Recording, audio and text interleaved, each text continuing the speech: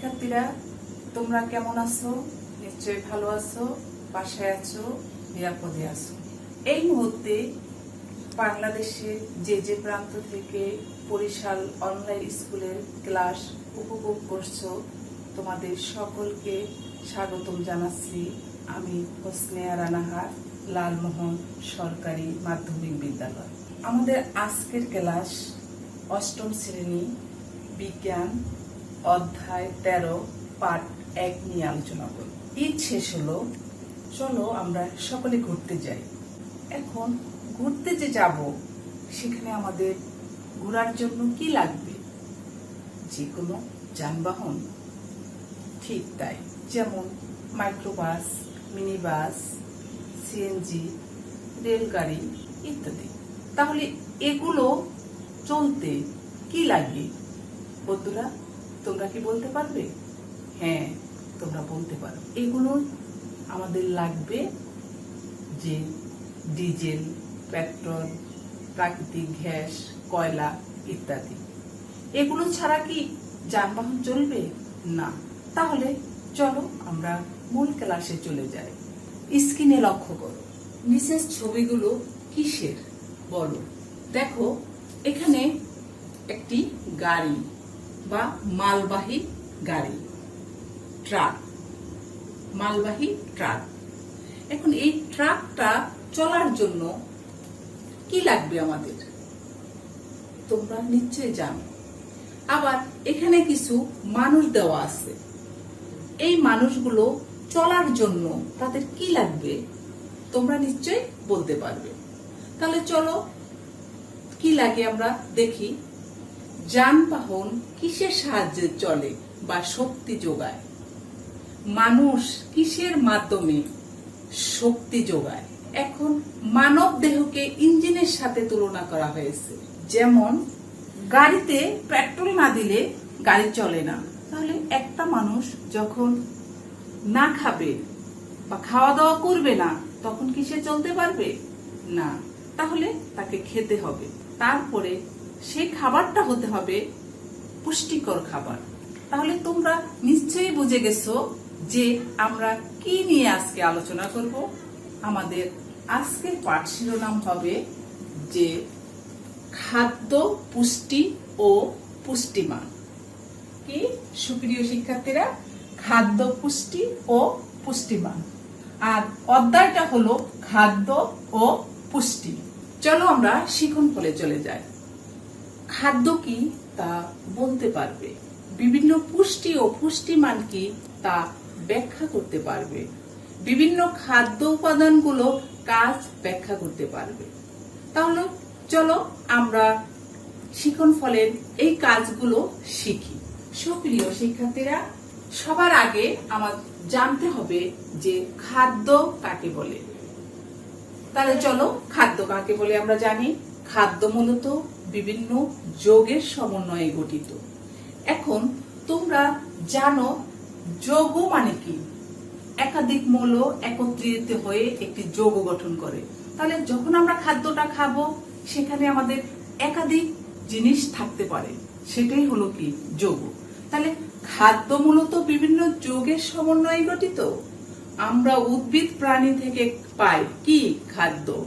খাদ্য বলতে জৈব উপাদানকে বোঝায় যা জীবের দেহ গঠন ও শক্তি উৎপাদনে ব্যবহৃত হয়। তাহলে সুপ্রিয় শিক্ষার্থীরা, আমরা খাদ্যের সংজ্ঞাটা জানলাম। এখন স্ক্রিনে লক্ষ্য করো যে অনেকগুলো ছবি দেওয়া আছে।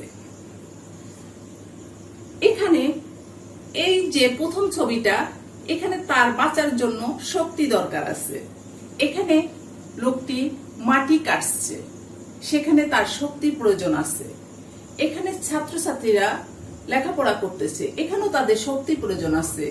এখানে কৃষক ধান কেটে বাড়িতে নিচ্ছে, এখানেও শক্তির প্রয়োজন আছে। এখানে খেলোয়াড় খেলতেছে, তাদেরও শক্তি প্রয়োজন আছে। এখানে ছোট্ট সোনামণি ল্যাপটপে কাজ করতেছে, তারও শক্তি প্রয়োজন আছে। তাহলে চলো, খাদ্যের মূল উৎস কি? আমাদের দেহ গঠনে ও কাজকর্মে খাদ্য কিভাবে সাহায্য করে? তাহলে চলো আমরা সেই সাহায্যগুলো দেখব। এখন দেখো স্ক্রিনে লক্ষ্য করো, নিচের খাদ্যগুলো কোনটি উদ্ভিজ ও কোনটি প্রাণীজ খাদ্য। তোমাদের জানতে হবে উদ্ভিজ কি আর প্রাণীজ কি। যেটা আমরা উদ্ভিদ থেকে পাই সেটা হলো উদ্ভিজ খাদ্য, আর যেটা প্রাণী থেকে পাই সেটা হলো প্রাণীজ খাদ্য। এখন দেখো দুধ কোথা থেকে পাই আমরা? দুধটা আমরা প্রাণী থেকে পাই, তাহলে এটা প্রাণীজ খাদ্য। তারপরে আছে তেঁতুল, তেঁতুল কোথা থেকে পাই আমরা? উদ্ভিদ থেকে পাই, তাহলে এটা উদ্ভিজ খাদ্য। তারপর আটা, আটাও আমরা কি থাকে? উদ্ভিদ থেকে পাই, তাহলে উদ্ভিজ খাদ্য। তারপরে কলা কোথা থেকে পাই? সেটাও উদ্ভিদ থেকে পাই, পেয়ারা উদ্ভিদ থেকে পাই। তবে মাছ আমরা প্রাণীজ খাদ্য, মাংস প্রাণীজ খাদ্য, ডিম প্রাণীজ খাদ্য। তাহলে সুপ্রিয় শিক্ষার্থীরা নিশ্চয়ই বুঝতে পারছো যে উদ্ভিদ খাদ্য আর প্রাণীজ খাদ্যটা কি। এখন প্রকৃতি অনুসারে খাদ্যকে দুই ভাগে ভাগ করা হয়েছে। খাদ্যকে দুই ভাগে ভাগ করা হয়েছে, এক হলো মিশ্র খাদ্য, দুই হলো বিশুদ্ধ খাদ্য। এখন মিশ্র বলতে আমরা কি বুঝি? মানে একাধিক, আর বিশুদ্ধ মানে যে একটি হতে পারে। তাহলে লক্ষ্য করো যে মিশ্র খাদ্য কাকে বলে। মিশ্র খাদ্য একের অধিক পুষ্টি উপাদান বিদ্যমান থাকে, যেমন দুধ, ডিম, খিচুড়ি, পেয়ারা ইত্যাদি। এগুলো হলো মিশ্র খাদ্য। আর বিশুদ্ধ খাদ্য হলো, বিশুদ্ধ খাদ্য শুধুমাত্র একটি উপাদান থাকে, যেমন চিনি, গ্লুকোজ। এতে শর্করা ছাড়া আর কোনো উপাদান থাকে না। তাহলে আগে আমরা বলছি যে মিশ্র হলো একাধিক উপাদান থাকে, যেমন খিচুড়ি। তুমি খিচুড়ি তৈরি করতে ডাল লাগবে, চাল লাগবে, তারপরে দুধও প্রচুর পরিমাণ মিশ্র উপাদান রয়েছে। তাহলে বিশুদ্ধ উপাদান হলো কি? একটি মাত্র উপাদান, সেখানে যেমন গ্লুকোজ হতে পারে, একটাই আমরা উপাদান পাই। তারপরে স্ক্রিনে লক্ষ্য করো, নিচের খাদ্যগুলো কোনটি মিশ্র কোনটি বিশুদ্ধ খাদ্য বলো। তুমি এতক্ষণ সব শিখেছো যে কোনটা, কোন খাদ্যকে আমরা মিশ্র খাদ্য আর কোন খাদ্যকে আমরা বিশুদ্ধ খাদ্য বলি। যেমন দুধ, এটাতে পুষ্টিমান অনেক, তাহলে এটা মিশ্র খাদ্য। ডিম মিশ্র খাদ্য, খিচুড়ি মিশ্র খাদ্য, আটা মিশ্র খাদ্য, পেয়ারা মিশ্র খাদ্য। তবে গ্লুকোজ এটা হলো বিশুদ্ধ খাদ্য। এখন খাদ্য উপাদান সম্পর্কে আমরা জানবো যে খাদ্য অনেকগুলো রাসায়নিক উপাদানের সংমিশ্রণে গঠিত। এই রাসায়নিক উপাদানগুলো খাদ্য উপাদান বলে। তাহলে সুপ্রিয় শিক্ষার্থীরা, আমরা খাদ্য উপাদান কাকে বলে সেটা জানি, যে খাদ্য অনেকগুলো রাসায়নিক উপাদানের সংমিশ্রণে গঠিত। এই রাসায়নিক উপাদানগুলো খাদ্য উপাদান বলে।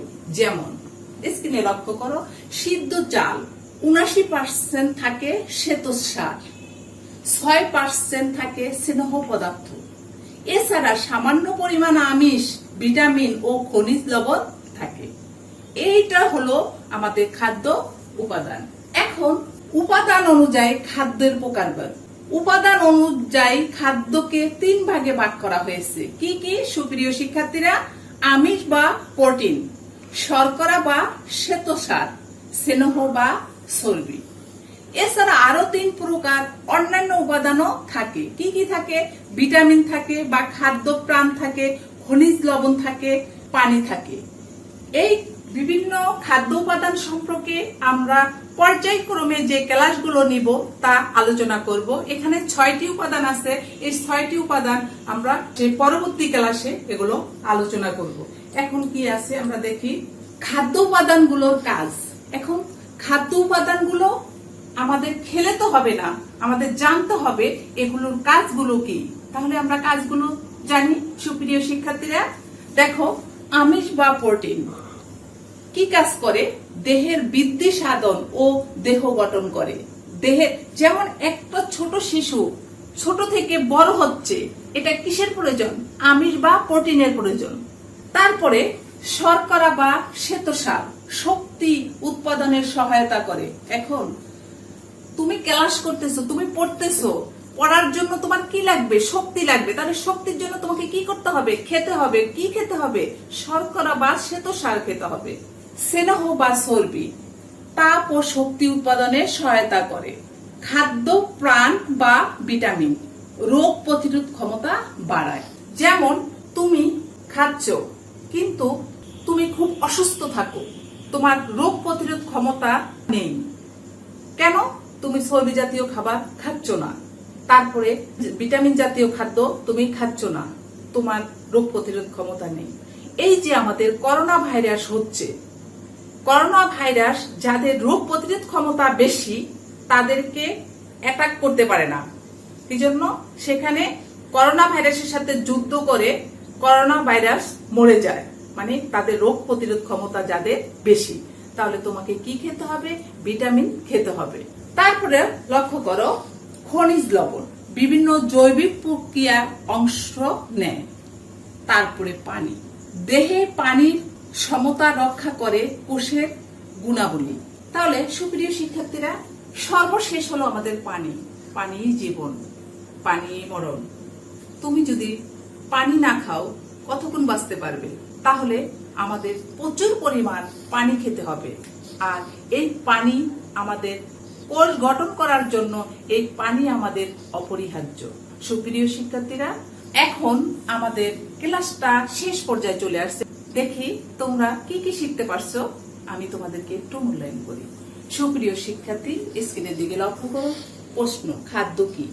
তাহলে খাদ্যের সংজ্ঞা কিন্তু আমি প্রথমে বলেছি। দ্বিতীয়ত হলো খাদ্যের উপাদান মোট কয়টি, তাও আলোচনা করেছি। পুষ্টি কি, তাও আলোচনা করেছি। তারপর 4 নম্বরে সিদ্ধ চালের শতকরা কত ভাগ শ্বেতসার থাকে, তাও আলোচনা করেছি। সুপ্রিয় শিক্ষার্থীরা, তোমরা নিশ্চয়ই পারবে। এখন আমাদের ক্লাসটাও শেষ হয়ে গেল, মূল্যায়নও শেষ হয়ে গেল। এখন হলো আমার বাড়ির কাজ।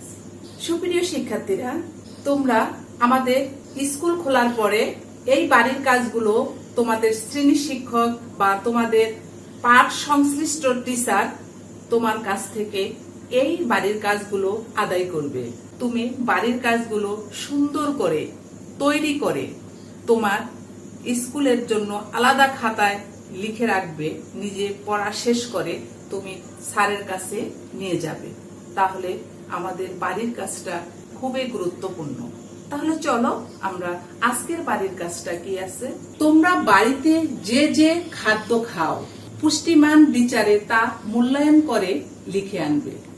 সুপ্রিয় শিক্ষার্থীরা, তুমি বাড়িতে অনেক খাদ্য তুমি খাও, সেই খাদ্যের তোমার পুষ্টিমান কোনটাতে কি পুষ্টিমান আছে সেটা তুমি জানো, সেই চার্ট করে তুমি নিয়ে আসবে। সুপ্রিয় শিক্ষার্থীরা, আমাদের ক্লাসটা আজকে এখানে শেষ হলো।